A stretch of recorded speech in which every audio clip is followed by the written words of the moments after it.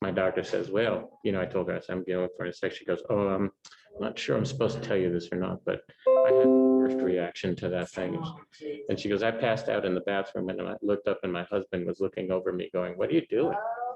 And he's a doctor. So it was like, I passed out. That should be a clue.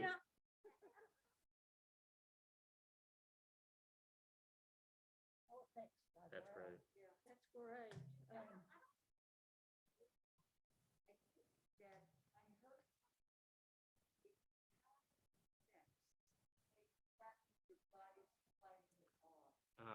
Is that better? That sounds a little better. It's not echoing.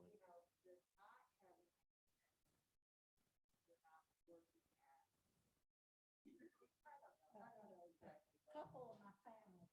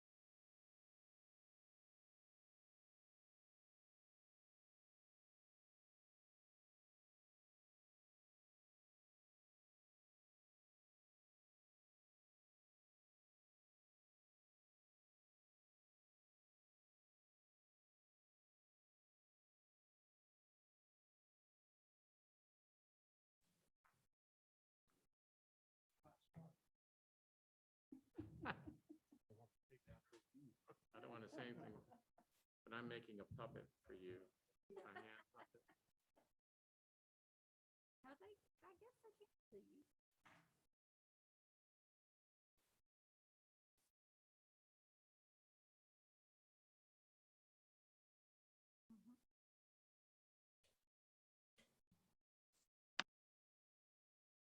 We good, Michael? Okay. At this time, we'll call our meeting to order. Mr. Angel, if you'll do our invocation. Dear Heavenly Father, thank you for this day and thank you for the many blessings you bestowed upon us. And Lord, we just ask you to be with us as we tend to the town's business and glorify your kingdom. In Jesus' name. Thank you. We're going to change our agenda this evening. I think item B on new business is no longer. There was an error in the address of the property, so we will not be hearing item B on the agenda. So we'll make somebody approve the agenda as it's been amended. So moved. Second. Second. Thank you. Okay, on the approval of the minutes, we're going to push that back towards the bottom of the agenda. I want to have some discussions about the minutes on the meetings that we've had before. So we will approve the meetings, but I will make that motion a little later. So public forum, then we'll open it up for public forum. For public forum, usually there's nobody here for that, but what I want to do in the public forum function is I want to commend Ms. Lamb for coming back and spending time with us on our meeting. I felt terrible that she had to leave the last time, and so she's a trooper. She's the one who wrote most of these things and has kept us afloat for all these years, and so we welcome her back and we commend her for all of her time and all that she's done for us. I know we got to say some of that, but you were gone. Well, I appreciate it, and I was just sorry it all happened, because I felt like they disputed the integrity of my word, but I'm glad that I could return. And I had sent Ms. Lamb flowers, and I learned it was her birthday. So, as a birthday present. That was really a nice surprise. I think she's going to remember 85 for a very long time. That she's saying on my 85th birthday, it couldn't get any worse than this. So for the public forum, if there's any issues, does anybody want to speak to the public forum? We'll close public forum at this time. So that'll bring us to old business. Conditional use permit for the Bluffs on River Bend, the Richmond Hill.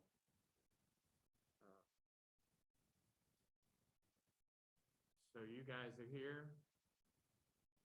Mr. Norm, Mr. Al.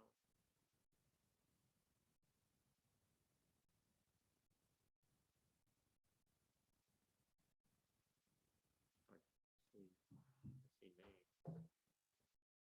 I see names, and I see. Where's Mr. Allen going by a different name?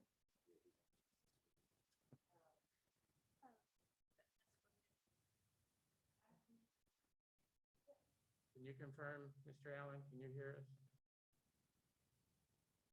Nope. Mr.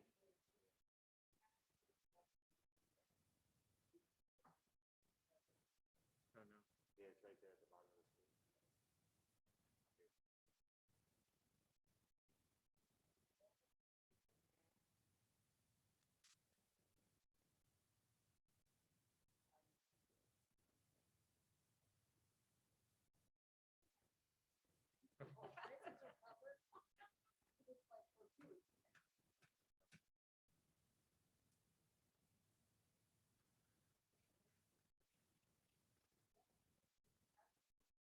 How about now, Mr. Allen?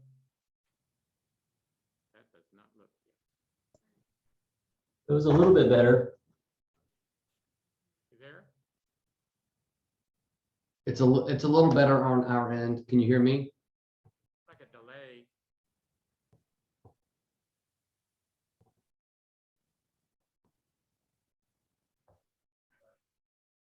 How about now, Mr. Allen?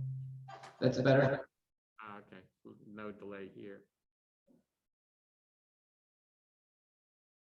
And Mr. Noor?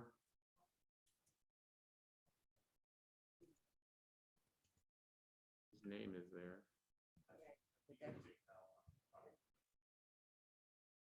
He's joining.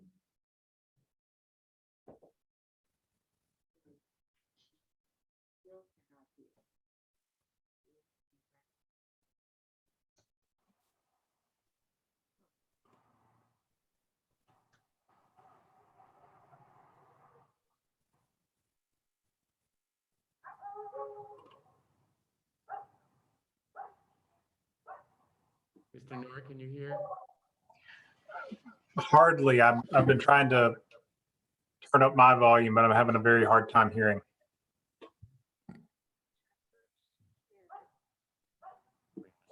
Phone closer. Is that any better? Oh, much better. Oh, okay. Okay. So, Mr. Sneed, are you going to be briefing us on where we are with this this issue? I'm away from the microphone, so it'll be hard to hear. You hear me, John? Let me move the podium.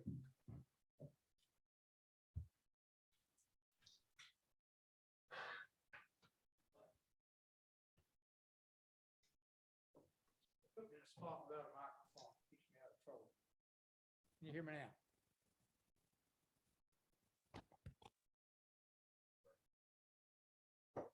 Can you hear me, John?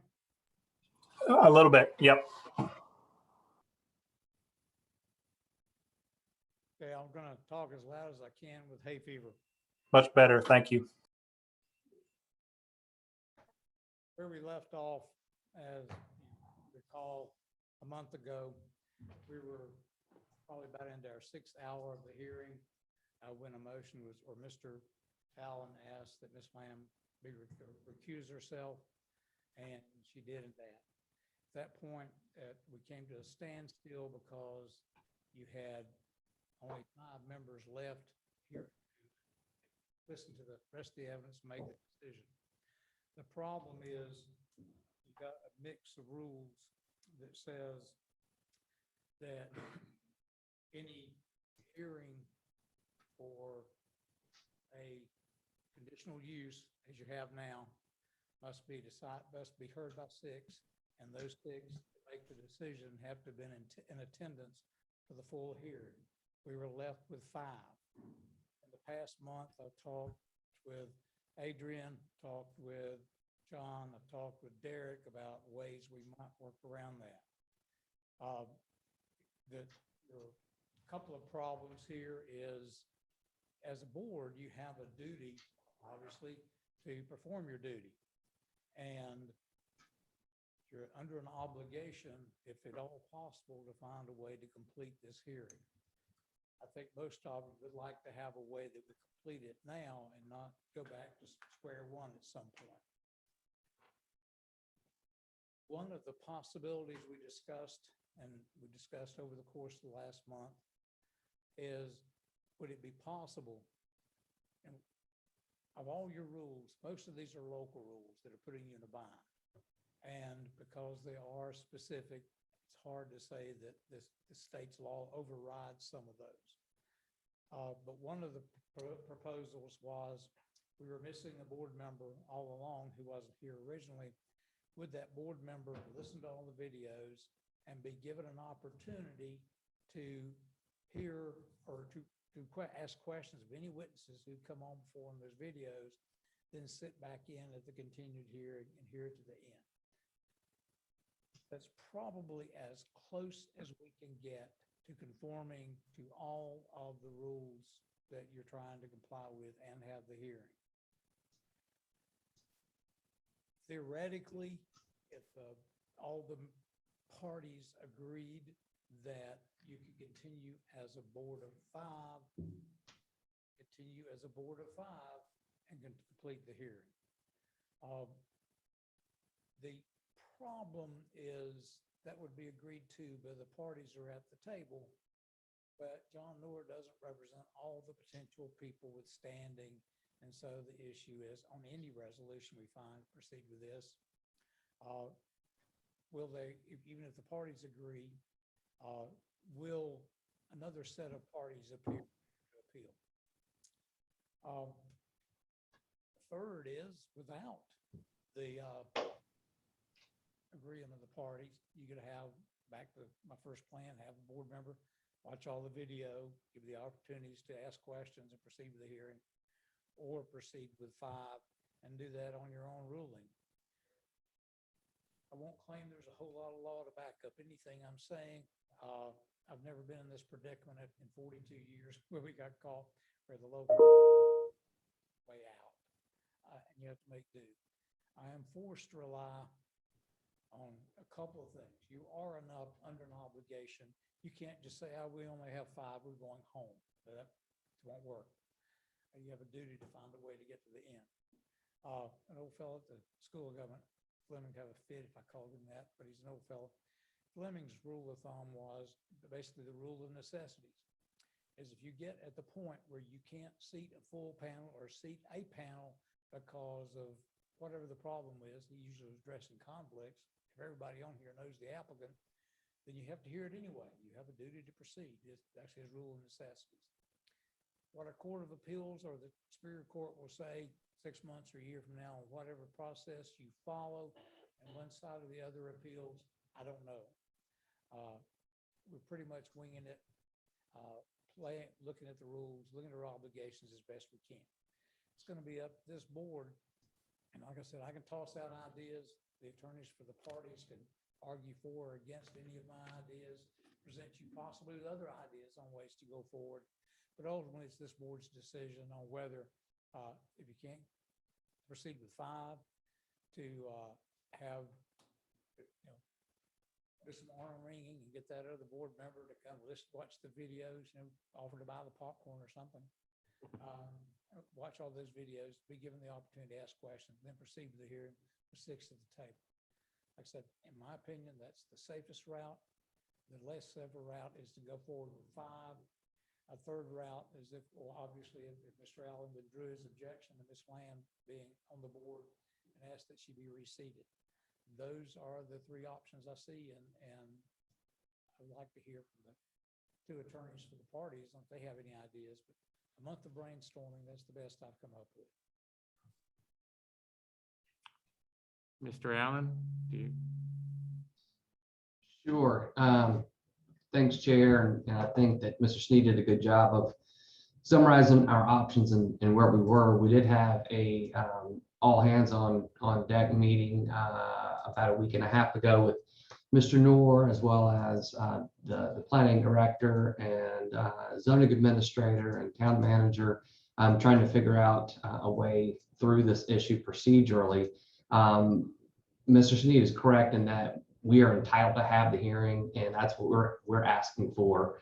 And what we have suggested is that the sitting member who was not at the first several hearings just simply be brought up to speed. If that's not available, to have someone appointed to do that. And a third option would be to go with what we have and to move forward before the new regime takes over, which I understand will be at the end of this month. At the same time, we have the practical issues that we've been dealing with, and we have narrowed the issues, the big issues, as between at least the folks that Mr. Noor represents and the proposed development down to a couple. And right now we're working through a stormwater issue, and I'll be getting back to Mr. Noor's folks, Hartwell Carson, here in the next day or so with our engineers and their response to proposed stormwater management systems that are pretty specific. And so hopefully with the combination of that response and putting a new hearing date on, we can move forward in a way that makes some sense for everyone. We're trying to keep options open so that we don't get pushed into simply doing the 3-story development.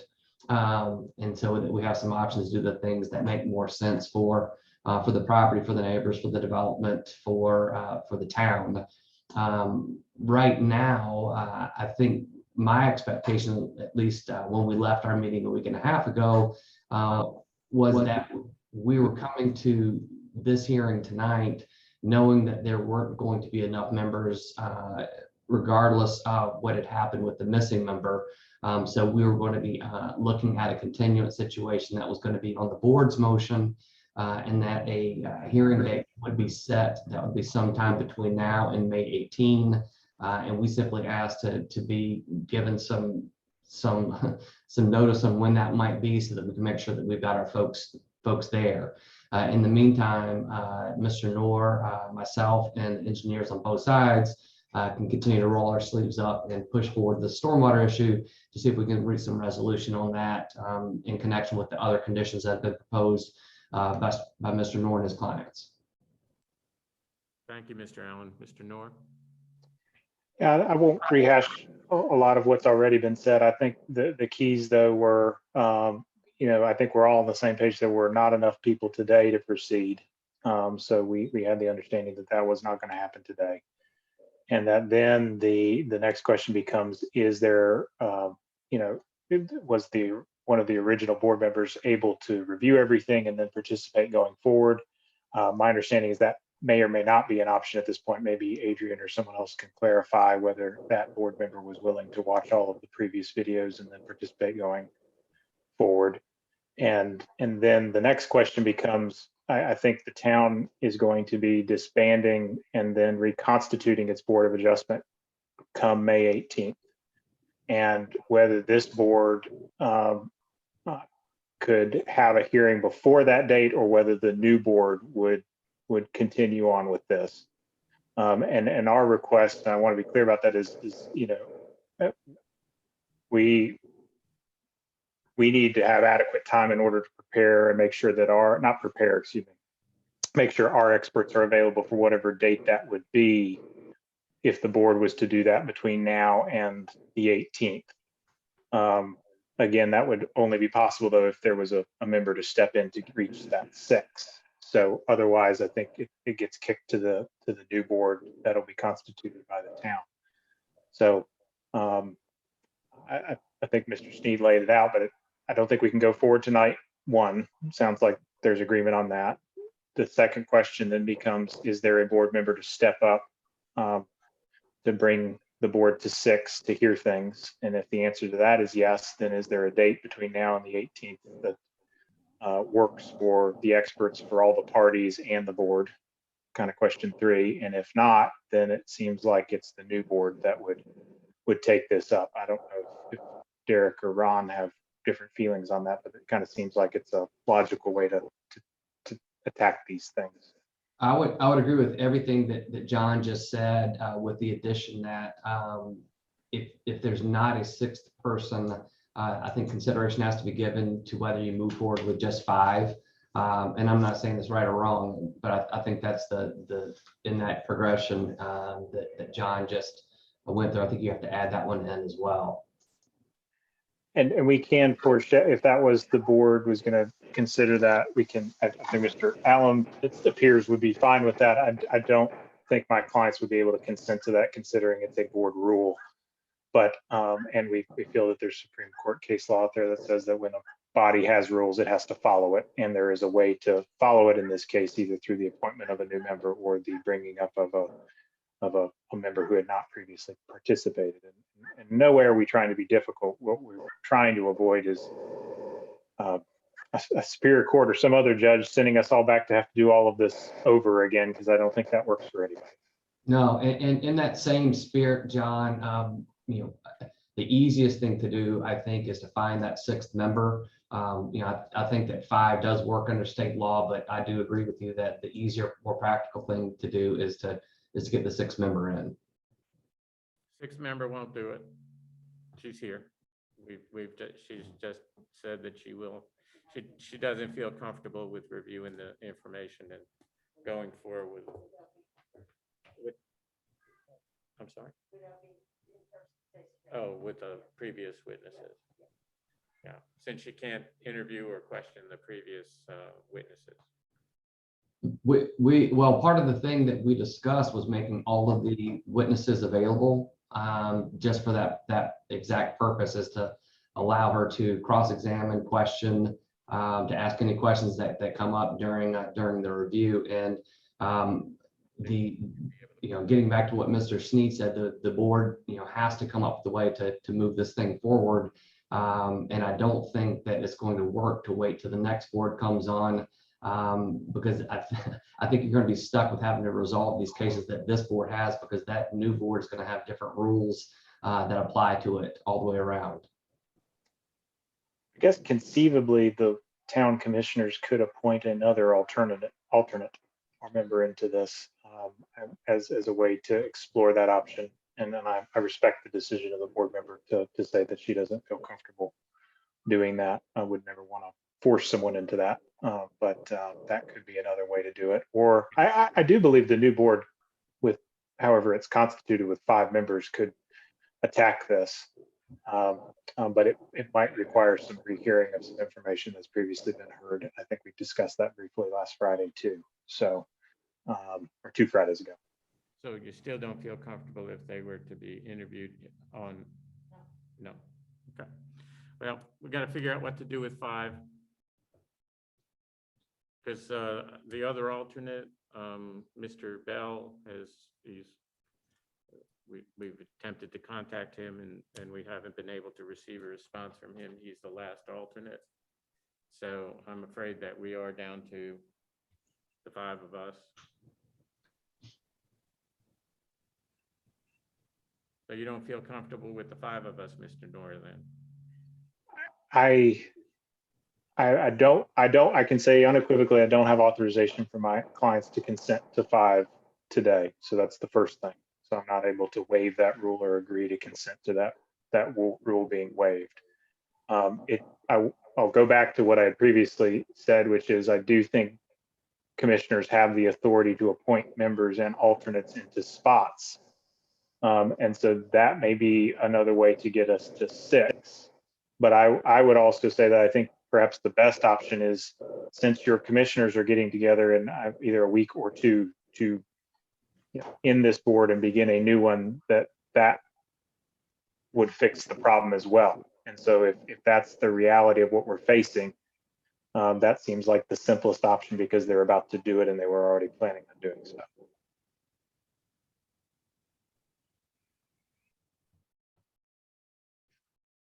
So, Adrian, there's no chance that we'll be able to have the commissioners appoint somebody as another alternate in between now and the 18th, and then review the information and question the witnesses and.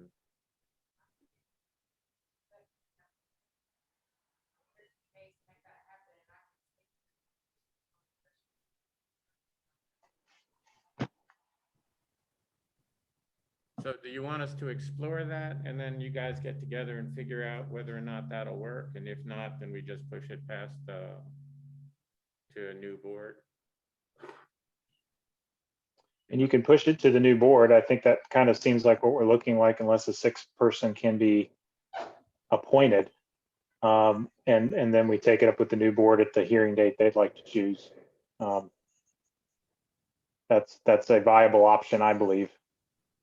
So do you want us to try to see if Adrian could find a 6th person that would be? Well, my 2 cents, I think that clears it up. I think that's that's the same thing, I said 2 weeks ago, when we were in our meeting with John and town council, is that, from a clean standpoint, that's the best way to get it done. I think that you run into some real procedural issues when you start looking at having a new board that's going to be a divided board, because you're going to have planning, zone, and board of adjustment, each with their own sets of rules. So you're going to have a totally different system trying to look at something done under a previous regime. I think that's a bad way to start it out. None of them. But go ahead, sir. I apologize. Whoever's going to be brought on, whether it be some of us or some other people, you'll have a mixture of folks that are accustomed to running the meetings or not. So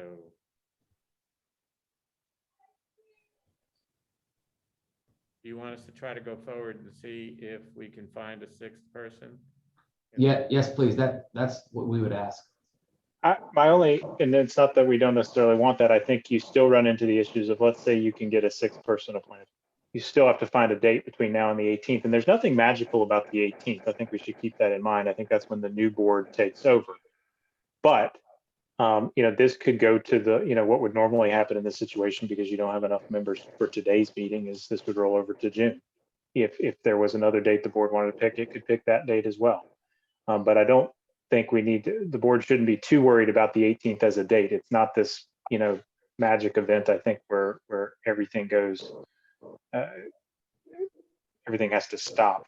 But I don't know that you can get somebody appointed and schedule a hearing between now and the 18th. That also works for all of the parties and respects the fact that their experts may or may not be available. So I just throw that out there as well. It may be difficult to achieve that result. I understand. I have a problem with the 18th being a cutoff day myself, but that was something that we just learned pretty recently about this series of events, that the 18th was now a new day for us. So and I think that's my point is there doesn't have to be a cutoff for this hearing on the 18th. It can happen after that with the new board. I believe that can occur. I just didn't want the board to feel like that could.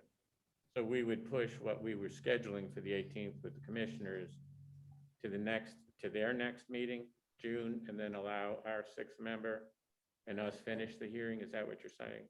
I guess conceivably that could happen, or the new board could just hear it. I think at that point it would depend if your commissioners have gotten rid of this board as it's constituted and adopted a new board of adjustment. I think that new board of adjustment could hear it and continue on. It's the body that hears it. I don't think necessarily the individual members. I mean, keep in mind you do have the requirement the same members participate from beginning to end, and so again, it may require that some new members, if we're all agreeable, review and have opportunity to question. So it might require some rehearing of some things, but I think that is a viable option as well. But it sounds like you've got to get your new board in. People have to have opportunities to review materials, and then a hearing date that works for everybody. Sure. So I guess what we'll do is we'll put it to the board and see what anybody like to make a motion that we continue this until after the new board has been impaneled, and that the new board will listen to all of the information according to whoever that may be. Somebody like to make that motion, or I make that motion. somebody second I'll it? second that motion. All in favor? Will you please say your names and Teresa Stoker, aye. Jay Grimmett, in favor. Jeff Angel, yes. Ken Razin, no.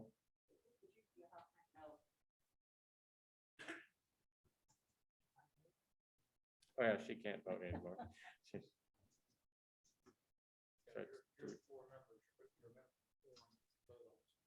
Mike.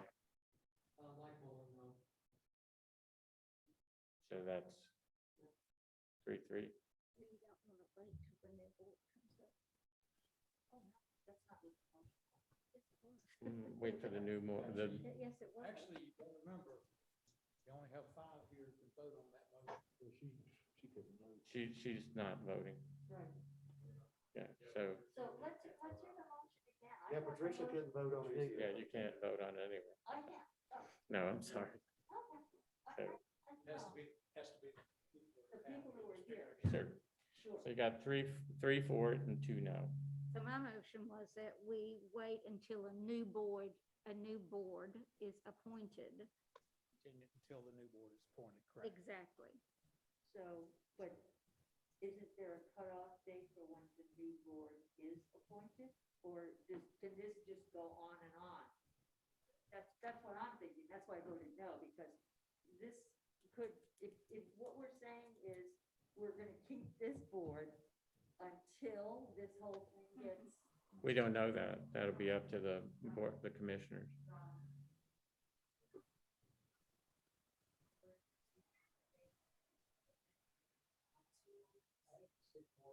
Basically, this board would be disbanded, Right. Yeah, they have to be and then disbanded. 2 new boards would be created, a planning board Right. and a board of adjustment. Right. So it'd be a different, new body. Might be some of the same people that sit, Right. but it would be a new body. But for a minute, I thought we were gonna extend this board, let this board keep on going. We don't know what. But- Okay. So the motion is, and it carries that we're going to wait until the new board is to hear. Well, interesting motion that if you're gonna continue it, my suggestion is, since we don't know what the board's gonna do, the majority is in favor of at least continuing to see what happens. It's the new board or the other answers the question. Probably want to continue to a date certain, and that's probably your meeting. See what happens in between. Again, I won't claim this is the best information or advice you'll get. We're sort of having to work with the hand that's dealt us right now. Ron, I don't know if you can get any closer to the microphone, but I was having a little hard time hearing that. Same. Between the allergies and the staying away from the mic, you'll never hear me. But I think this board has voted, of those who can vote 3-2, to continue this, anticipating there'll be a new board of adjustment to pick it up. Okay, And that is done anticipating that the commissioners will go through disbanding this body, creating a new body. They could vote to change the ordinance effective July 1st. We don't know that. So my suggestion is that this board continue it to their next regular meeting, and then we'll see what the council does. If the council decides to let this board go forward and try to find that sixth, then we would have a date certain and you'd have something. Go. that would work for us from the date standpoint for the next regular schedule. So will we have to revote on that, Mr. Sneed? You could, if you, I think it's a smart idea. The reason is I'm trying to save you time if the commissioners do Sure. reconstitute, so this board continually is done. Sure. Well, that'll give us another option. Is that okay, gentlemen? We'll have another option, maybe able to fix it before then. Yeah, I think the date will work, and we'll talk about things between now and then, depending on what your commission does. Okay. And what was that date? I couldn't hear that part, Mr. Sneed. My thought was that if they would amend their motion to continue to their normal June meeting, and because what we do with that, if the commissioners really do disband and recreate this effective May 18th, something we don't know, or they could easily change their rules but not make it effective until July 1st. We don't know. My recommendation to this board, if they're voting to continue it at all, put it up at all, is at least continue it to a date certain.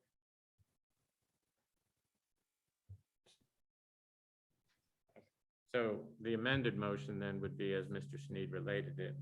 So let's just take a separate vote on that, on the amendment onto the, what we just voted on. So you can't vote this time, Patrice can. Just our members here, Ms. Stoker. Just continue it to Continue, I vote to continue it till the whatever decision is made. decision is made, whether or not we To the- continue to with your this June- board or this board is dissolved. Continue, my thought was you continue to the June meeting, you're still in place, figured out, Yeah. but you're still, we don't have to re-advertise and go through all that re-noticing. That's what I'm trying to say. Right, and then make it effective July 1st. Well, Well, no, that's up to the commission. what they That's do up to them. now. I'm just trying to hold that door open.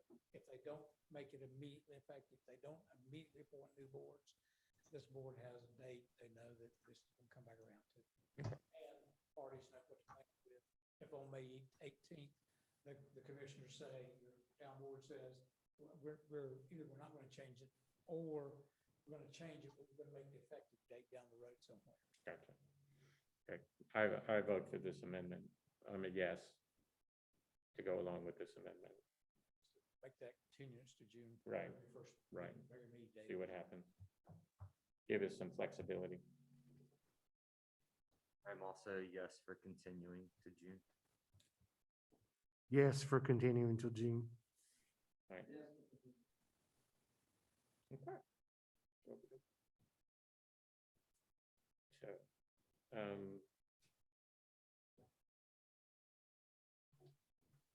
the only other issues that is least your microphone here is not. So the only other issues were for the approval of the minutes that Mr. Sneed, you may want to stay for this. We just received the new minutes that for the last two meetings, for the March 1st meeting and the April 5th meeting. We just got those on Friday. And I've read through a couple of them. There's some things that I have some questions about for accuracy, or whether or not there's information in there that happened that didn't get put in the minutes. So before I sign my name off of it, I guess we can also continue that on the 1st of June to approve those minutes. But I think they have to be reviewed a little closer since we just got them in on Friday. And I see some things that I'd like to have further explained. So. The importance of adoption is approval minutes. If this board does eventually out the hearing and make a decision, we want those minutes. Right. Right, so we'll move that, we'll side that, and we'll deal with that, and I'll make some changes, and then if it does turn to the 1st of June, we'll approve the minutes as they're written, because we just got it on Friday, and there's some things that I want to make sure are right. Okay. And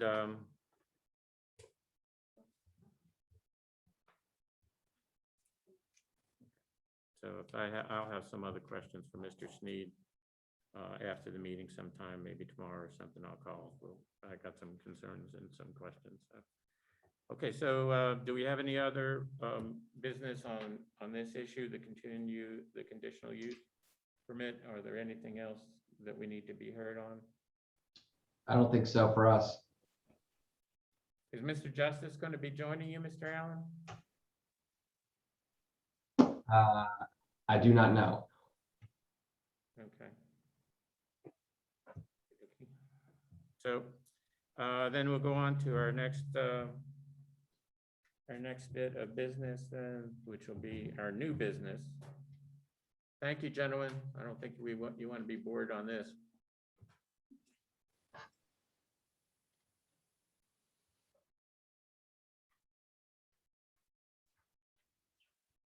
Okay, so that'll bring us to item A on our new business. Somebody want to walk us through this one?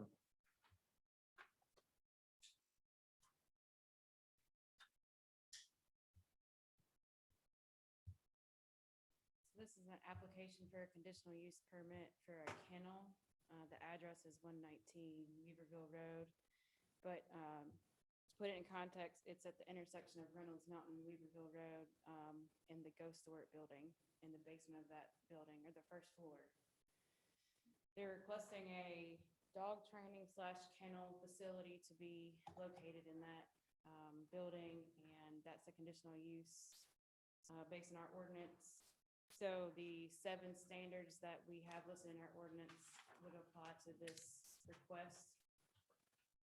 In addition, the other 2 conditions that are required for kennels are no pens or kennels located closer than 20 feet from a property line, and all outside facilities be screened from site adjacent properties. And I believe the applicant is on the Zoom call, and he may want to add to what I just said.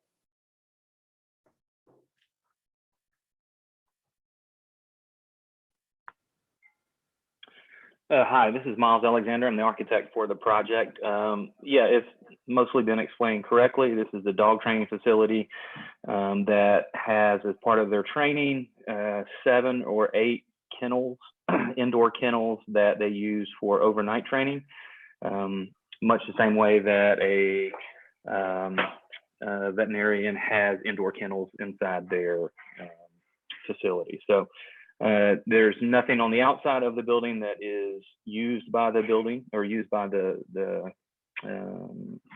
project. Everything is located on the inside of the building itself. Okay. Mr. Alexander, I have to go ahead and swear you. This is pretty much a quasi-judicial hearing. So do you solemnly swear or affirm that the statement you are about to give is the truth and nothing but the truth, so help you God? That is, I do. So now you can go through the pitch. You can go ahead and tell us, we heard some of what you said, and if you can just, give us the background. I heard you say that the number of indoor kennels. Sure. So the space itself is taking up about 90% of the ground floor of the Go Store building. It's about, I believe, just off the top of my head, around 3,300 square feet, 3,000 square feet. It's roughly split between half reception and training, quarter for cleaning and kitchen and food storage and distribution for the dogs. And then the other quarter is for the kennels. They were indoor kennels that I believe 7 or 8 of them, could be 6. I'm going from memory. I'm on my laptop, so I haven't had a chance to pull up the drawings. But nothing is located on the outside of the facility, just some signage on the existing Go Store building. Everything will be located behind the storefront and within the walls, nothing on the outside.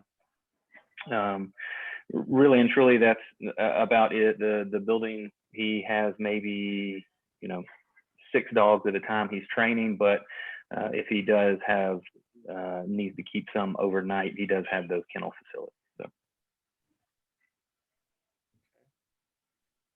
So no outside on the plan, right? Where it says no, our restriction was going to be, and if there were any outside. You've already done the first notch. So how about the second one?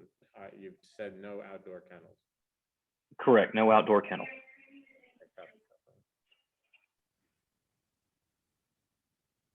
Anybody have any questions? That dogs need to go out of a building. So where are these dogs going to be walked and go out of the building? So don't think of this as a doggy daycare or a boarding facility. This is a dog training facility where the dogs come in for 4 to 8 to 12 hours at a time during the day. And so if they are walked, or if they need to go out to use the restroom, they are walked by the trainer as part of the training. So again, it's not a type of place where you go and schedule your dog for daycare or overnight boarding. The boarding is strictly ancillary to the training of the dog who is having issues with overnighting or something of that magnitude. So it is not a place where dogs are put and then not attended to. They are being coached, trained, or something. The vast majority of the time they're there. Sure, I do understand that, but while they're there, 6 to 8 or hours of leaving outside, they will. Yeah. And is it going to be out the front door? Is it going to be around the back? And are there? I don't even know of any grass area.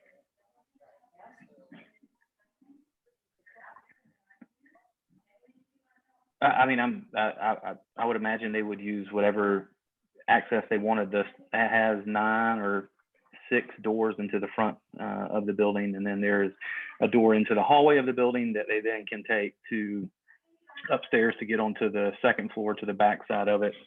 As far as where grassed areas, there's one on each side of the property from what I remember. There's one on the back side, but then there's sidewalk there as well to walk.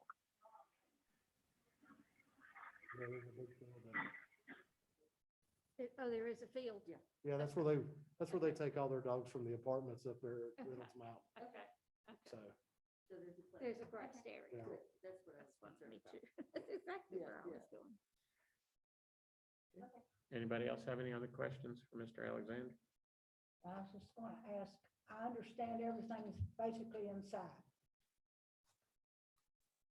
Mr. Alexander, Yes, ma'am. It's 100% inside. and I don't know much about a kennel, but if you had to keep them in the kennel overnight, do they have an attendant that is there in case something arises? I do not know.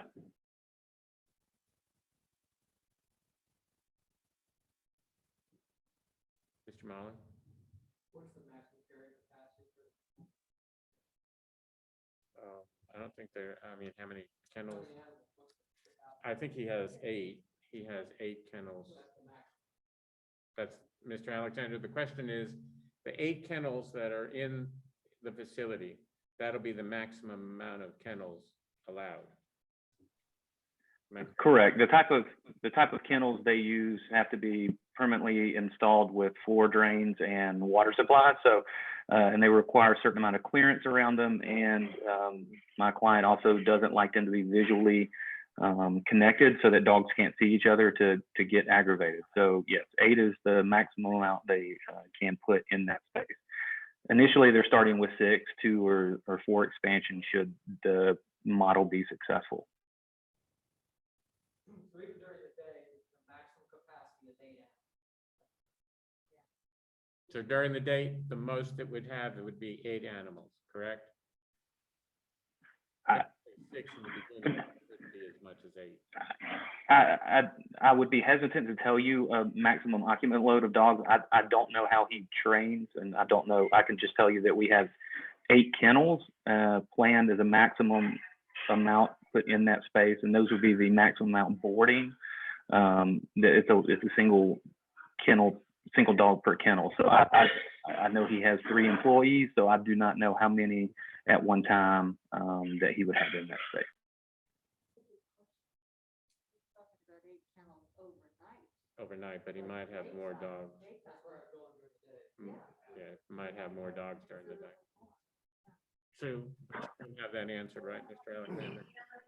I do not know a limit. I can tell you the cost of his dog training services are very prohibitive for the vast majority of people. So I would be hard pressed to think there would be more than 8 there at a time, but I could be wrong. But I don't want to put a cap on the number of dogs that he can put in there without knowing what his model is. Is he available to be contacted, Mr. Alexander? Mr. Molling's question. No, sir, I don't. Not currently, but I mean, I can certainly send him a text right now and see. He's located in Memphis, Tennessee. You want to try that? Is there anybody to speak about this from other than yourself, sir? Is there other party interested or wish to be heard about this? Do we know, Ms. Eisenhower?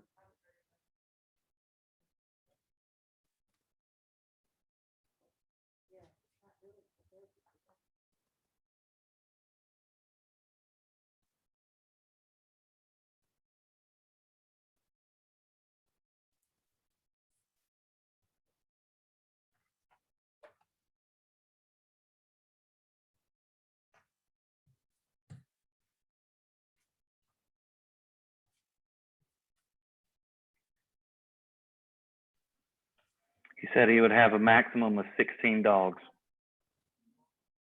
16 dogs. 15? Correct. 15 or 16? 1 6. 1 6. 16. 16. And 2,000 square feet.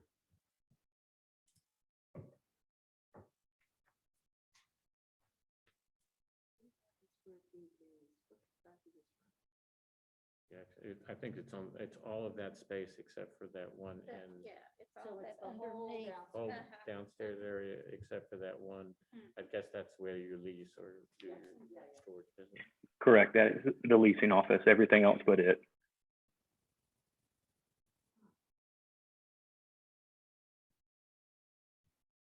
Does anybody have any other questions for Mr. Alexander?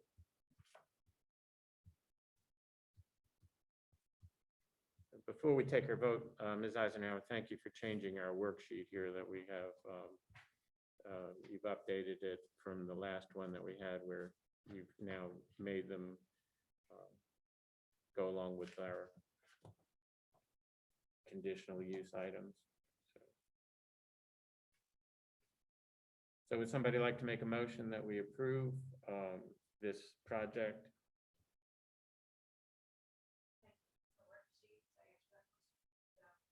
Each item? Yeah, that's what I'm saying. Do we need to write it down? If you say will or will not, if you cross it over, we got to go through each of them. Okay. So the establishment, maintenance, or operation of conditional use will or will not be detrimental to or endanger the public health, safety, morals, comfort, or general welfare. Since I'm next door, I'm gonna excuse myself. Right. I'm a next door neighbor, so I'm excusing myself.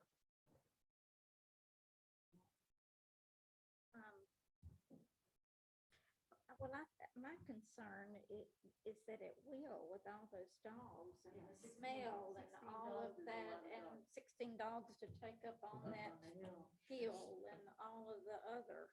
Okay, so what we'll do is individually, we'll go down our list on this item 1, and you just say will or will not, and if you would, you mention your name and will or will not.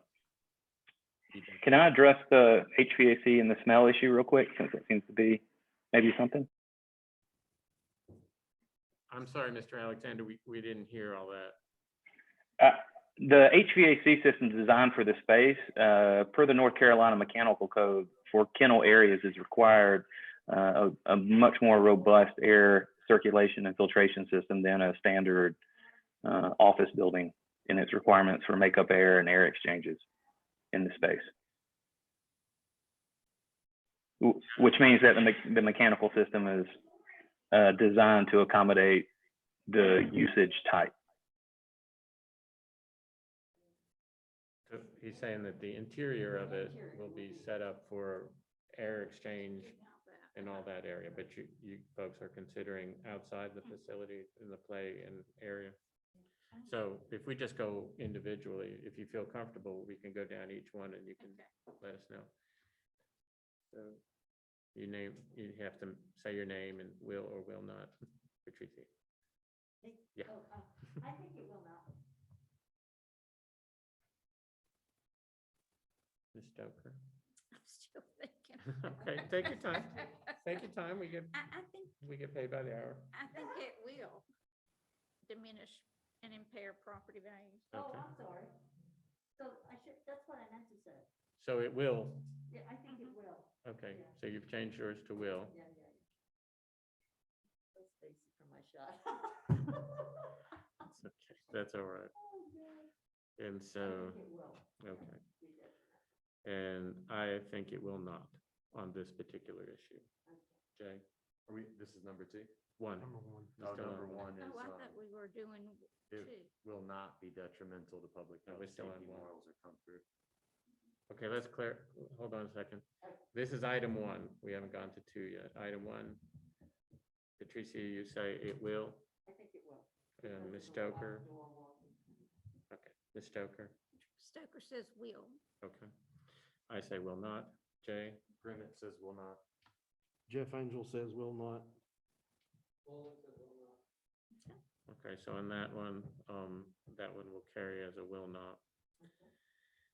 So the next one will be the conditional use will or will not be injurious to the use or enjoyment of other property in the immediate vicinity for the purpose of already permitted and or substantially diminish and impair property values within the neighborhood. Need some, I think it will not. you will not. Okay. Ms. Stoker Stoker? says it will.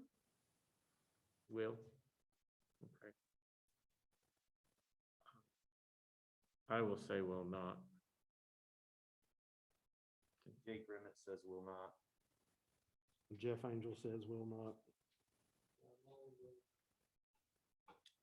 Third item will be the conditional use will or will not impede the normal or orderly development and improvement of the surrounding property for uses permitted in the district.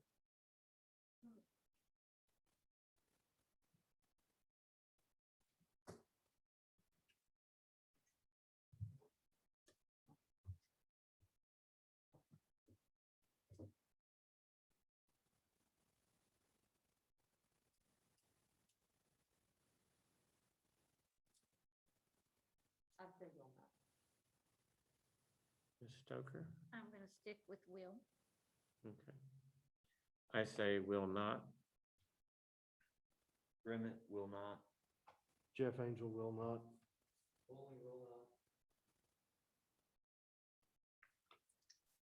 The exterior architectural appeal and function plan of any proposed structure will or will not be so at variance with exterior architectural appeal, functional plan of the structure already constructed, or with the character of the applicable district as to cause substantial depreciation in property value within the neighborhood.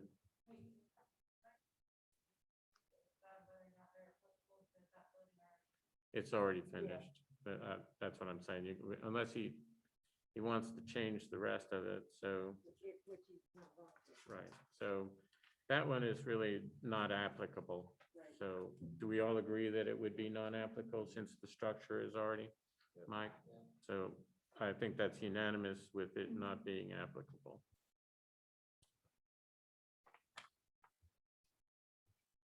Same with adequate utilities, access road, unless the dogs can drive, necessary facilities are being provided. Do we, non-applicable, do we all agree? Mike? I would just put a caveat on that particular one, just in terms of, we talked about $110,000 in improvements. Part of that was sewer drainage to accommodate the waste from the animals. Mhm. I would maybe just make a note, if approved, to say that we need to make sure that that happens. That's a huge component of this facility. Right, it was, That gets out of hand. well, it was set up probably for rentals, retail rentals is my guess, was the original, when we discussed it and when we approved it, we were thinking it was going to be retail. Right. So if we agreed just to caveat that, and that would be your bailiwick, wouldn't it, Michael? Make sure that it would adequately, if we did inspections, we would adequately be able to take care of trash and the rest of it. All right, so we'll make the agreement not to non-applicable, but the caveat that it would be able to meet.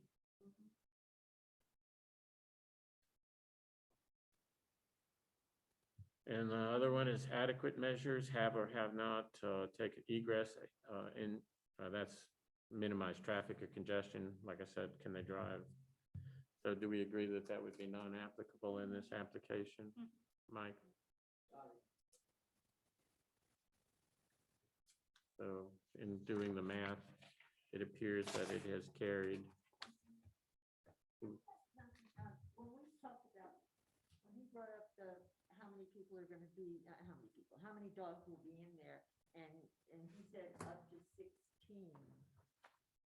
Can we say something like no more than that many animals or something to that? You can put conditions.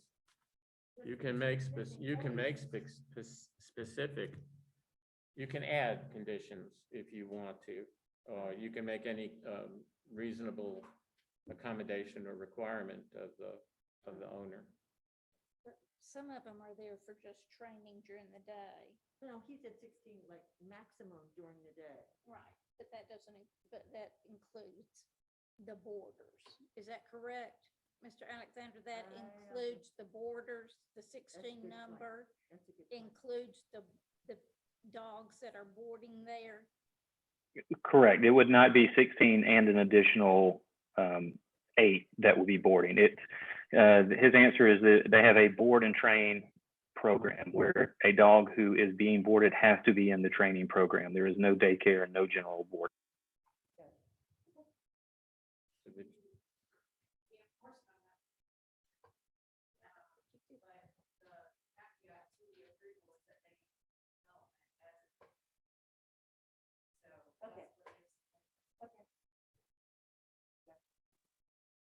So does anybody want to add a conditional use to the, Michael?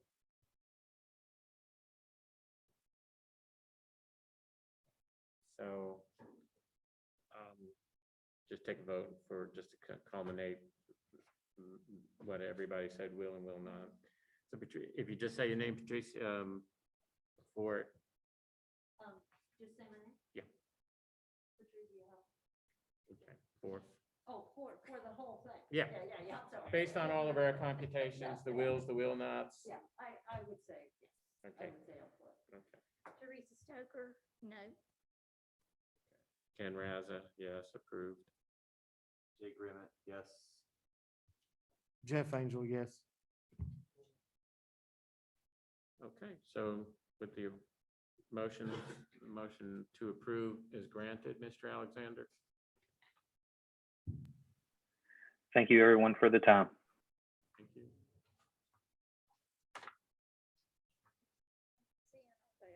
I think only after, if we disapprove the thing entirely. we will be. Yeah, it would have to be, and I'll clarify that so that everybody understands that. Yeah, we had no objections on the Right. following side. Right. To that, no objecting dogs. Yeah. One of them said, "I can't approve." And honestly, now it's down to the Yeah. text amendment. Yeah, the last one, C, the ordinance. So, just to clarify, the worksheet does not have to be handed in because we've approved it. I will get with you on that, later in the week. Just to clarify that if we didn't approve it, these are the issues that would have to be brought if it was appealed. Right. They would have to be made part of the record, and then that way, whoever the appellate individuals were, it would be used as a court record, for the specifics of the court record. That brings us to item C on the agenda, ordinance text amendment, public hearing. It's to be open for a public hearing, am I correct? So I guess I can present the text amendment changes, and then you can open it up for feedback. But ultimately, you guys will be making a recommendation tonight to the Board of Commissioners on these text amendments. But just as a reminder, can you see? Just as a reminder of what 160D is, the background of that. So it used to be two separate chapters in the general statutes, one for cities and one for counties for planning and development regulation. So 160D consolidated those chapters into one chapter. So while there are some substantive changes and further clarification on certain land use practices, the majority of what happened was a consolidation, reorganization of the current planning and development regulation statutes. So the deadline for updates, to be compliant with the state on updates, is July 1st of this year. So staff's been working on those amendments for the last several months, and we were able to work with the School of Government to do a code scan for us on those changes. So we sent that in, got those changes back or recommendations back a couple weeks ago. So tonight we are showing you what we're recommending to the Board of Commissioners in a couple weeks to get your feedback. We also took this as an opportunity to reorganize some of the ordinance outside of 160D. So there are some changes, just kind of minimal changes to the layout of the ordinance that we thought would be helpful. But we did change all the statutory citations from 160A to 160D. From now on, conditional use permits will be referred to as special use permits. So we changed all those references in the ordinance. So the next time you say conditional use, you'll be using special use. Same quasi jurisdictional. Same exact thing, just call it Judicial. something different. Will you repeat that sentence again, please? What you know now as conditional use permit will now be referred to as special use permit. Okay. And still apply the judicial standards that we're using, no change to that whatsoever. There is some changes. I'll get to that in a minute. It seems like some of the changes we have weren't relevant to everything we listed as a special use, as we experienced a couple months ago. So we kind of reworded it so that it's a little bit more objective. As we know, we consolidated the board language. Previously, there was language included in Chapter 2 of the General Code of Ordinances regarding this board, Planning and Zoning Board of Adjustment, as well as the zoning ordinance. And so we took the Chapter 2 language and moved it to the zoning ordinance. So now it's all under one ordinance, and chapter 2 will effectively be dissolved because that was the only reference in there was planning and zoning board of adjustment. So I don't know if you can see it very well, but in the top right, that picture, that's one of the things we did that's kind of outside of 160D, but we took each general zoning district and created tables for the uses allowed in those districts and the dimensional requirements of those districts.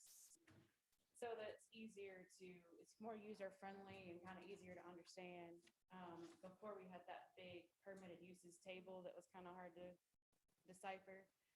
So we also took that and put it in an appendix and reorganized it based on use category. So it's also easier to read, but it's in an appendix, so it's kind of out of the way unless you just really want to look at it. There's redundant there for the special use. And then we had a reference to a mountainous residential district, but I don't think that's ever been used. It's not currently on the zoning map now, and it's pretty much obsolete, so we just removed that language from the ordinance.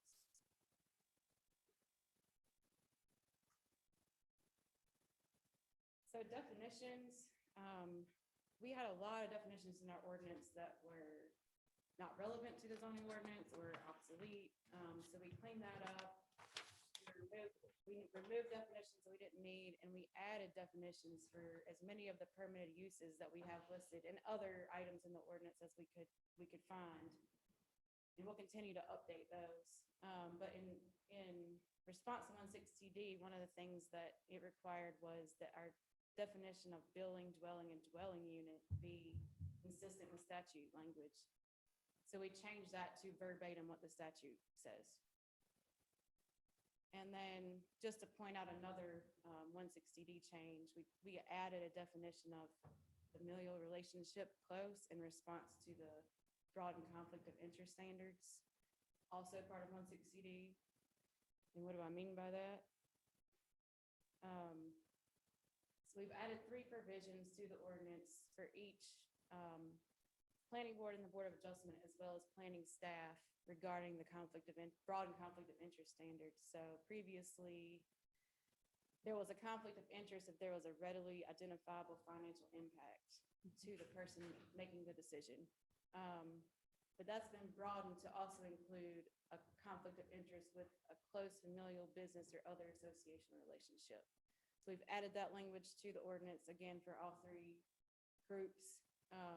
And then we've also added language about handling objections to conflicts of interest. So if there's a member that refuses to recuse themselves and you feel like they need to, then it would be a majority vote of the board on what happens to that member.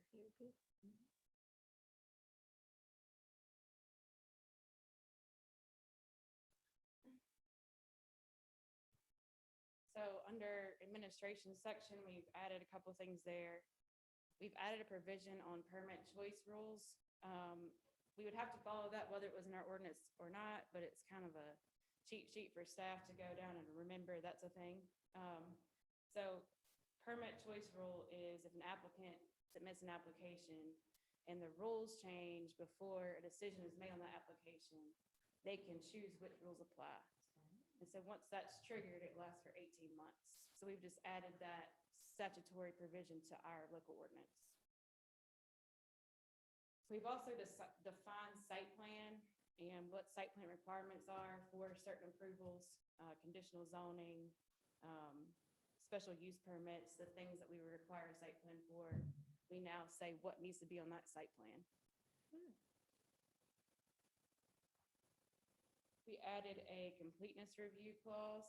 So we're defining what it means to have a complete application, which is where the permit choice rules would be triggered by. So as long as they submit on the required form with the requested information and pay the fee, it should be complete. But if one of those things is missing or staff decides we need more information, it's not a complete application.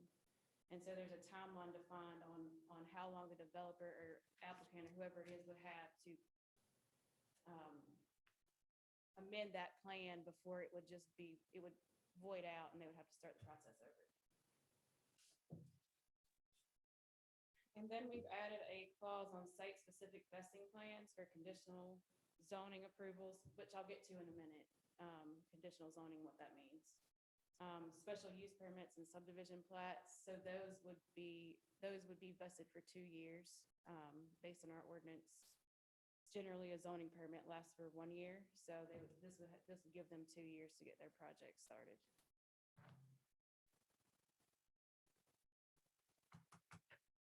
As we know, the statutes lay out the roles and responsibilities of the boards in separate sections. And so we thought this would be a good opportunity to split this board into a planning board and a board of adjustment. So those roles and responsibilities are clear and you don't have to wear 2 hats and it's a little bit more smooth.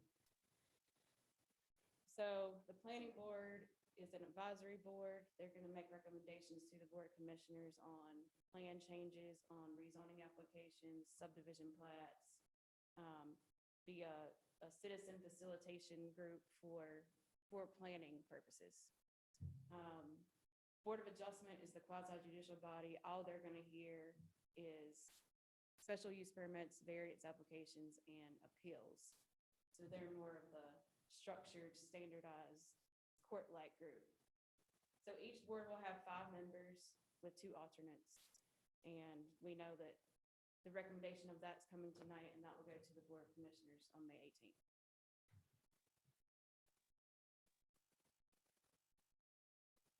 So conditional districts, we're introducing that into the ordinance. So that's an opportunity. It's a legislative process. It's an opportunity for an applicant to propose a plan and the government to review, and it's considered a map amendment. So it's just like a rezoning. But each general base district, which means each district that we have listed in our ordinance or on our zoning map, could qualify for a conditional zoning district if the standards that are listed in the ordinance are met for the approval of that district. So specific conditions can be proposed by staff, by the applicant, by the town board that are maybe outside or expand upon what's allowed in the general base district. So they could change the setback requirements, or we could talk about uses, but it's all based on a site plan and the site analysis requirements that are required by the ordinance. So the approval process would be an initial meeting with staff to kind of go over what the general idea is, kind of like a concept plan meeting, just very informal. And from there, we would decide whether or not they need to do a public information meeting or a traffic impact analysis. The public information meeting would be required for parcels abutting residential districts or projects that are likely going to require a traffic impact analysis. So the applicant would have to hold an informational meeting with the neighbors and the voting landowners, similar to who would be noticed in a regular rezoning hearing. And they would come back to staff with the information learned from that meeting, maybe make amendments to that plan. And then we would talk about the estimates for the traffic and whether or not an impact analysis would be needed. Once all that's done, then they would come back to staff for a formal review and then go through the process just like you would a map amendment, with the planning board making recommendations to the board of commissioners.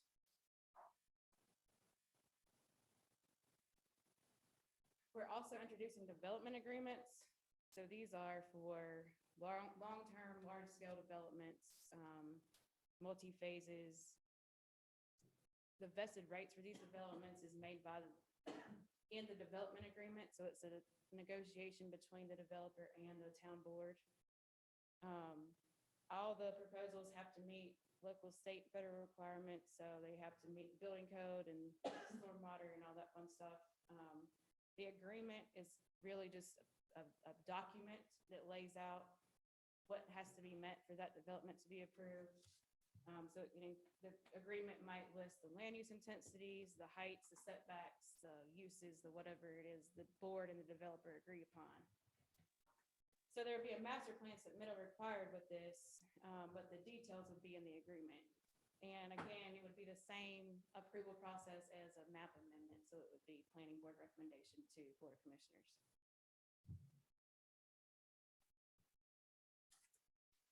We're also introducing administrative minor modifications.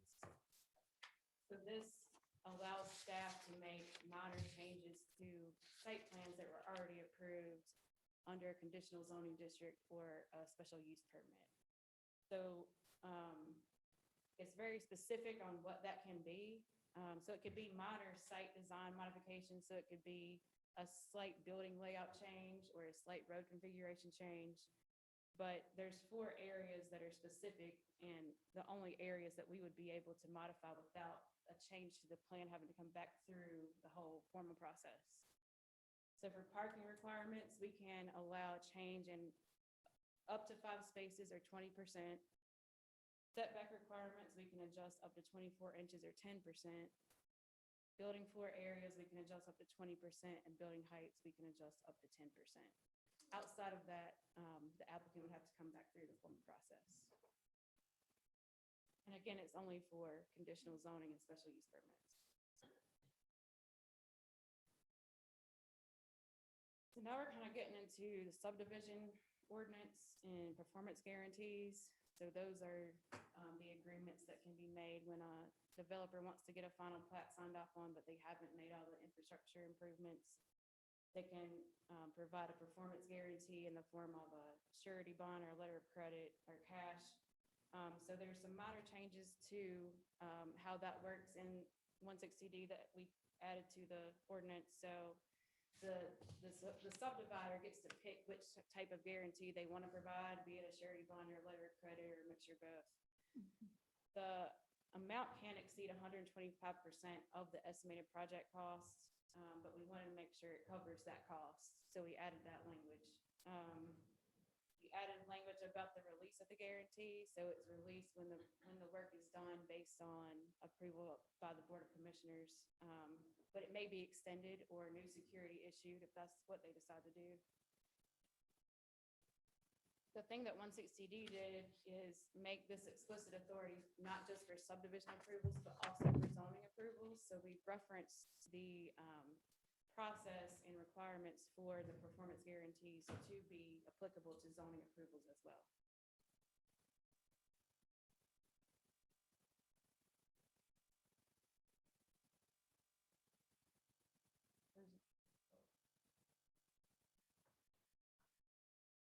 So, and then a couple things in the subdivision ordinance, we worked on some definitions. We added definitions of major and minor subdivisions. They weren't clearly defined previously. We amended the variance standards to be exactly what's allowed by statute. They kind of wavered from that, so we wanted to be straight and narrow on that. Just like we did in the zoning ordinance for completeness review and application submittal and what that means, we've added that for subdivision approvals as well. We've changed up the process a little bit for minor subdivisions, which is 4 lots or less that don't abut a public road. There's a definition of what exactly that means, but we made that administrative approval. So those will just come through our office with assistance from the technical review committee of the fire department and stormwater and whoever else needs to be involved. But we did add a concept plan review option for major plat reviews, so that developers can come in and kind of, we've explained what is required on a site plan for it to be a concept review. So developers can come in and kind of informally have their plans reviewed by staff prior to going through the formal process. And just another minor change, they changed the wording of requiring developers to bury power lines in the new ordinance, and it didn't jive with what we had in our ordinance, so we just matched that language up. There's only certain reasons that you can require a developer to bury power lines.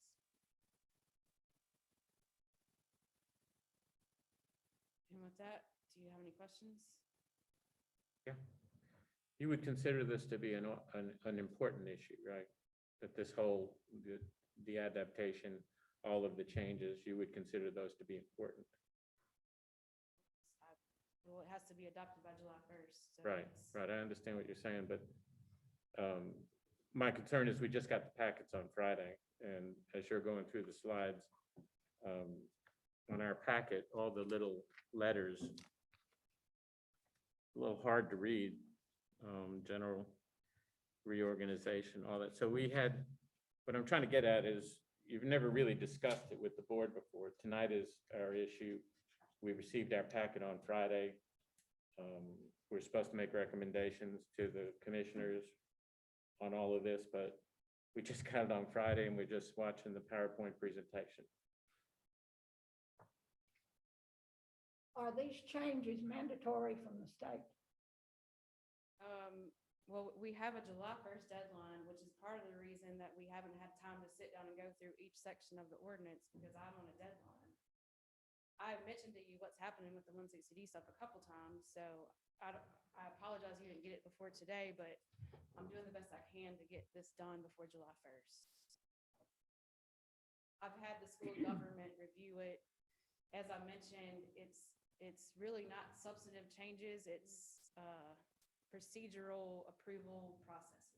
I understand what you're saying, but the totality of it is we're just hearing it for the first time if we read it. So what I'm trying to get at is, do you feel like if it's so important that maybe we could have had or addressed this earlier or had the board sit down and have a discussion about it? Or I've been here for 6 months and I have a July 1st deadline. And I understand what you're saying. I do understand the July, but there is also June. If you want to put it off till June, we can put it off till June. The Board of Commissioners is expecting me to get this done. So that's the process I was going through. I understand what you're saying, but to be quite honest with you, there was the emails that we received, that the board received about major decisions of, whether the board would have to resign or not. All these things happen. About that before that email. No, I'm gotta be honest with you. That email I got on the Friday on the 23rd, I had never Do heard. you have to do this right here? I mean, Well, I didn't think it's realize you were important. frustrated. No, I think it's important. I think it's important because, you've made major decisions and the board just found out about them on the 23rd on your email. And you started the email by saying, as you are aware. And I don't believe anybody on the board was aware of any of these changes that were to be made. I've mentioned it to you guys a couple times. I thought everybody was on the same page. Well, we didn't have a deadline, or that was never mentioned, or that the progress that was coming around. Why don't we just put this off till June? I'll take this back to the Board of Commissioners and tell them the planning board wasn't ready because I didn't give it to them in time. Well, I disagree. I disagree. That's fine. Yeah, I'm just trying to make a I knew that point. I knew that we had to pick a board and refile. I knew that before that come out. Yeah, but I think this is an excellent presentation and puts it down into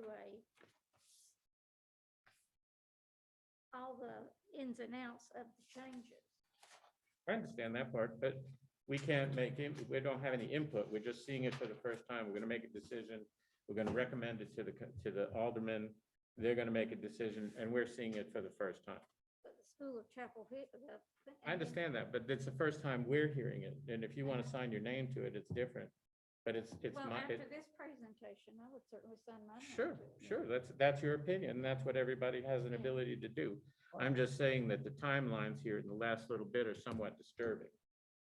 I think it's great, but are these local changes or is it state mandatory? Or is it Some of from them the are state? mandatory, some of them are authorized by state statute, so they're now included in our local ordinance, but they're all at the state level. Okay, in so they are statute. state recommendations or Yes. mandatory. Yes.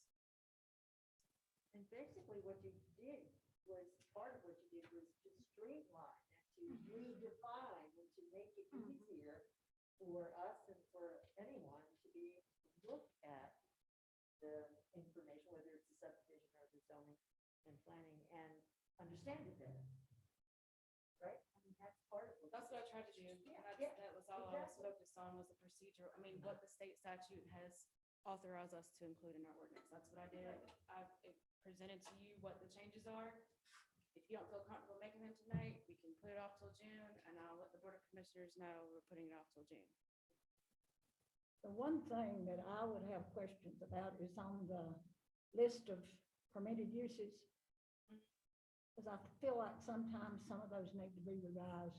So I didn't touch any of that. I didn't Right. change the But I district feel like requirements. That's something we need to review sometimes and maybe delete or I whatever. agree with you. There's a lot of stuff on there that's not even a thing anymore, so.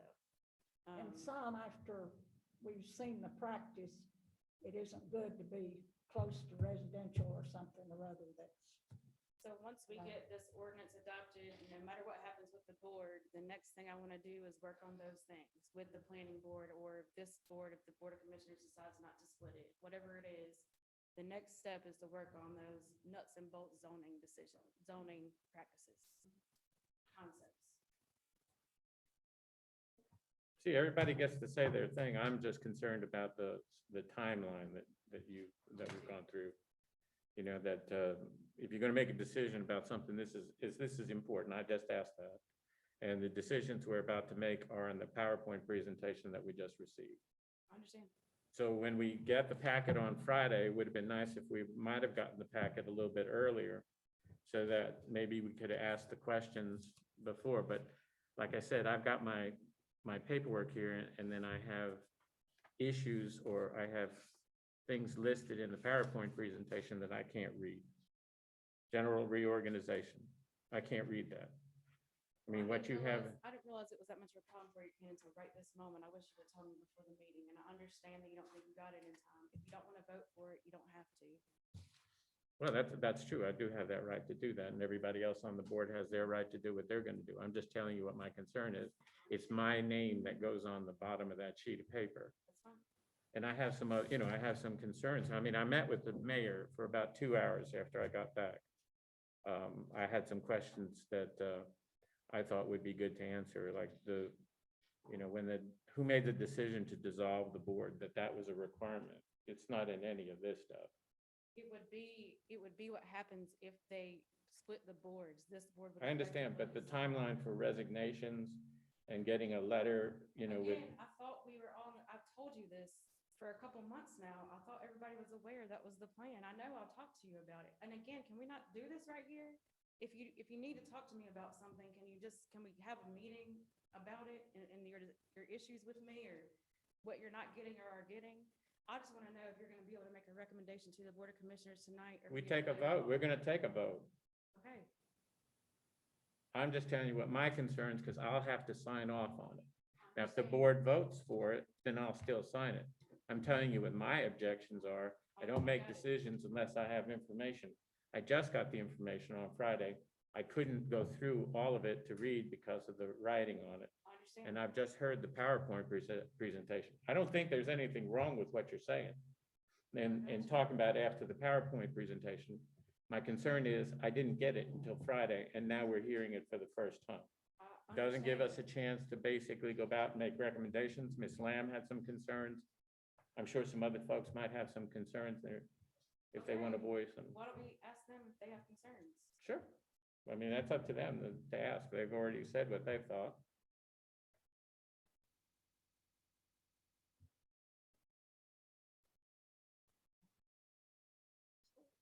Oh, I'm supposed to say, it. I don't have any concern. Okay. I don't have any concerns. I thought I like the PowerPoint presentation because it condensed all of the information into one. I thought that was great. and if it's coming from the state and we need to make changes, I'm for it. And I've expressed what I had to say. I don't have any concerns. You could show me that 100 times and I still wouldn't get all of it. Great. I don't really have any concern at all if it comes to a vote on the next step. Okey-dokey. So somebody like to make a motion that we make this recommendation to the alderman? Somebody want to make that recommendation? I recommend, go ahead, I recommend we make a motion. and I'll second. Okay. I'll approve just by your name, please. Teresa Stoker, yes. Barbara Lamb, yes. Ken Razza, no. Brendan, yes. Jeff Angel, yes? He's abstained. So it passes, and then you can make the recommendation to the alderman. Any other business?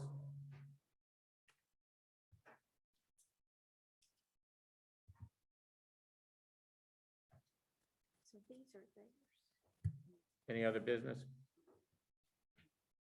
I don't have Anybody make a motion that we adjourn? I'll make a motion, we adjourn. Second. We will adjourn at this time.